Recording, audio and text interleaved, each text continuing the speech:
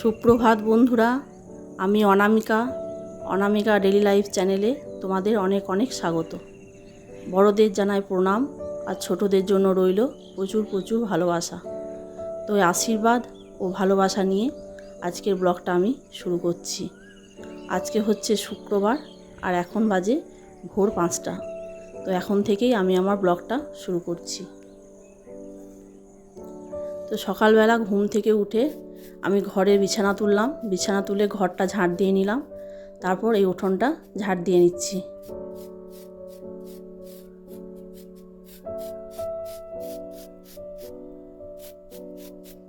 উঠোনটা ঝাড় দেওয়ার পর আমি বাসনগুলো ধুয়ে নিলাম। আর এখানে আমি ব্রাশ করছি।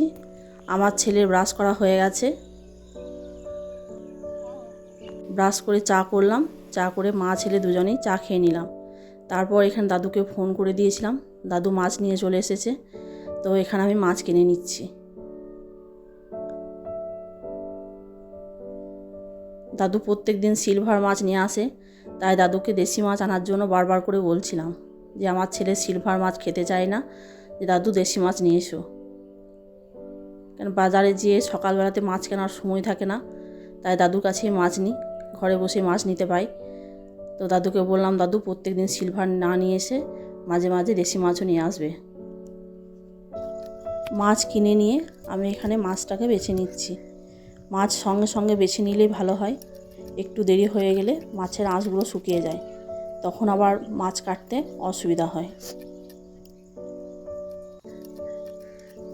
আর সিলভার মাছ তো একটু বেলা হলে মাছের কাঁটাও বেরিয়ে যায়। মাছগুলো বেছে নিয়ে আমি এখানে তরকারি কাটতে চলে এসেছি। তো এর আগে আমি আলু ভাজা বুনিয়েছি, আলু ভাজা বুনিয়ে আলু ভাজাও চাপিয়ে দিয়েছি। আজকে আমি টিফিন নিয়ে যাব আর ছেলেকে মুড়ি খাইয়ে দিয়ে যাব। আজকে বেগুনের তরকারি হবে, তাই আমি বেগুন কেটে নিলাম। আর আলু সেদ্ধ তো প্রত্যেক দিনই হয়, তার জন্য আলুও কেটে নিচ্ছি।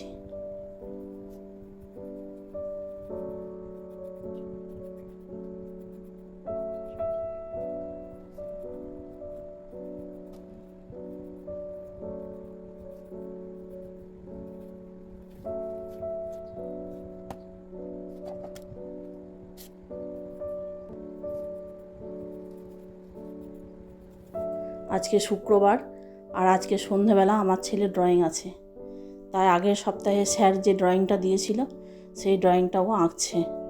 সারা সপ্তাহ মনে ছিল না, আজকে যেহেতু ড্রয়িং আছে আজকে মনে পড়লো। আর ওকে আমি এখানে মুড়ি মাখিয়ে দিচ্ছি, ও মুড়ি খেয়ে নেবে, তারপর ও পড়তে বসবে আর আমি সেন্টারে যাব।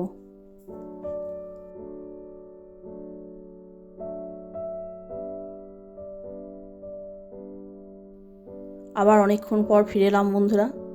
তো সেন্টার গিয়েছিলাম, সেন্টার থেকে এসে স্নান করলাম, ঠাকুরের পুজো করলাম, তারপর রান্না চাপিয়েছি।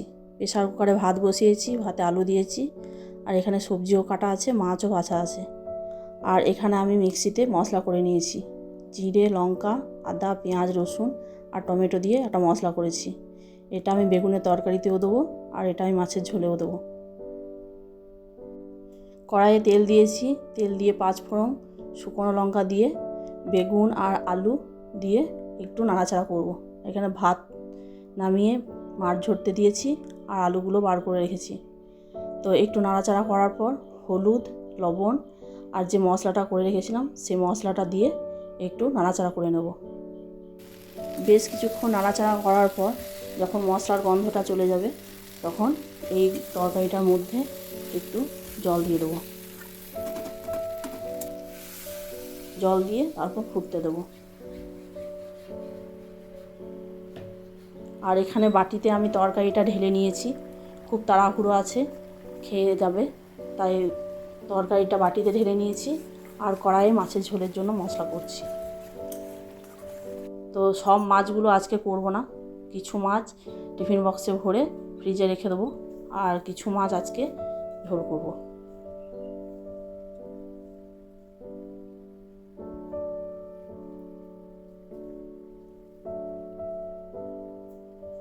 মশলাটা করার পর জল, আলু আর মাছ দিয়ে ঝোলটা ফুটতে দিয়েছি।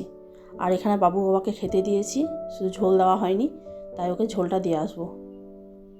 ও খেয়ে দিয়ে অফিস চলে গেল। আর এদিকে আমি কিছু কাপড় ভেজানো ছিল, সকালে ভিজিয়েছিলাম, সেই কাপড়গুলো আমি ছাদে মিলতে এলাম। বেডশিটটা অনেক দিন থেকেই ময়লা হয়েছিল, কাচবো ভাবছিলাম, কাচা হচ্ছিল না, তাই এখানে বেডশিটটা কেচে নিয়েছি। আর আমার ছেলের স্কুলের ব্যাগটা কিছুদিন পর আবার স্কুল খুলে যাবে, তখন আর কাচা হবে না, তাই স্কুলের ব্যাগটাও আজ কেচে নিয়েছি।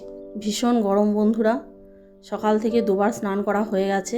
একবার স্নান করে সেন্টারে গিয়েছি, একবার সেন্টারে থেকে এসে স্নান করেছি, আবার মনে হচ্ছে স্নান করতে হবে। আর এদিকে আচারটা অনেক দিন থেকে বাটিতে পড়েছিল, রাখা হচ্ছিল না, তাই ভাবলাম আজকে এগুলো বোতলে বোতলে ভরে দিই, তাহলে মাঝে মাঝে রোদেও দেওয়া হবে।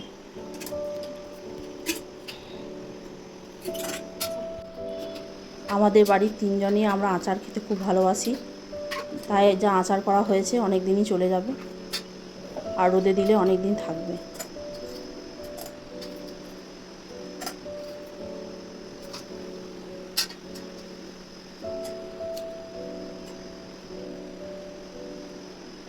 এখানে আচারটা আমি বোতলে আর টিফিন বক্সে ভরে রোদে দিয়ে দিয়েছি। আর এখানে আমাকে শাঁখা পরাতে এসেছে এই দাদার শাঁখার দোকান আমাদের বাড়ি থেকে কাছেই। তো কয়েকদিন থেকে ভাবছি শাঁখা পরতে যাব, কিন্তু সময় হয়ে উঠছিল না, তাই আমার হাজব্যান্ড সকালে দাদাকে ফোন করে দিল, দাদা বাড়িতে শাঁখা পরাতে এসছে। দাদা দোকানেও শাঁখা পরায়, আবার বাড়িতে বাড়িতে গিয়েও শাঁখা পরায়। সবথেকে বড় কথা হলো আমার বিয়ের সময় প্রথম শাঁখা আমি দাদার কাছেই পরেছিলাম। তো আমি দিন 10 আগে দেখলাম যে আমার বাঁ হাতের শাঁখাটা ফেটে গিয়েছে। তো সবাই বলল যে ফাটা শাঁখা পরতে নেই, স্বামীর অমঙ্গল হয়, তাই শাঁখাগুলো চেঞ্জ করছি। তো আমি সাধারণত মোটা শাঁখাই পরি, তো এবার ভাবলাম একটু সরু সরু শাঁখা পরবো। তো অনেক খুঁজে একজোড়া ভালো শাঁখা, সরু সরু শাঁখা বাছলাম, কিন্তু বেছে পরে দেখছি অনেকটাই বড়। তখন আবার সেই শাঁখাটা চেঞ্জ করে আবার তার থেকে এক সাইজ ছোট দুটো সরু সরু শাঁখা আবার বাছলাম, তারপর পরলাম। তো শাঁখাগুলো বেশ ভালোই হয়েছে।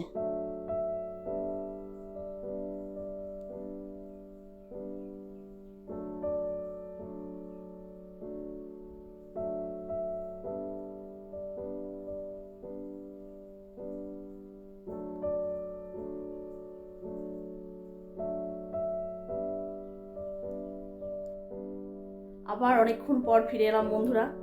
এখন বাজে সন্ধ্যে 7টা।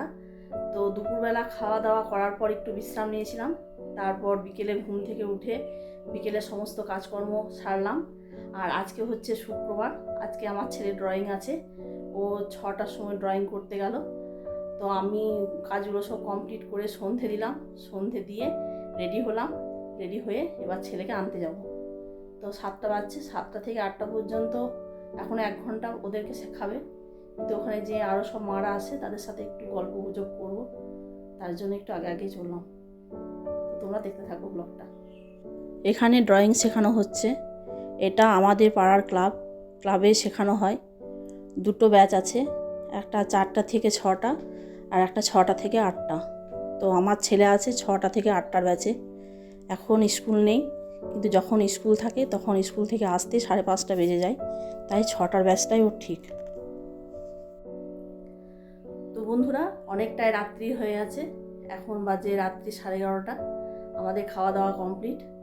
তো আজকের ব্লগটা এই পর্যন্তই। যদি ভালো লেগে থাকে তাহলে একটা লাইক করে দিও। আর নতুন বন্ধু যারা আজকে প্রথম আমার এই ব্লগটা দেখছো, তারা সাবস্ক্রাইব করে আমার পাশে থেকো। আর যারা পুরনো বন্ধু আমার ব্লগ ডেলি দেখো বা আমাকে অলরেডি সাবস্ক্রাইব করে দিয়েছো, তাদেরকে অসংখ্য ধন্যবাদ। শুভরাত্রি।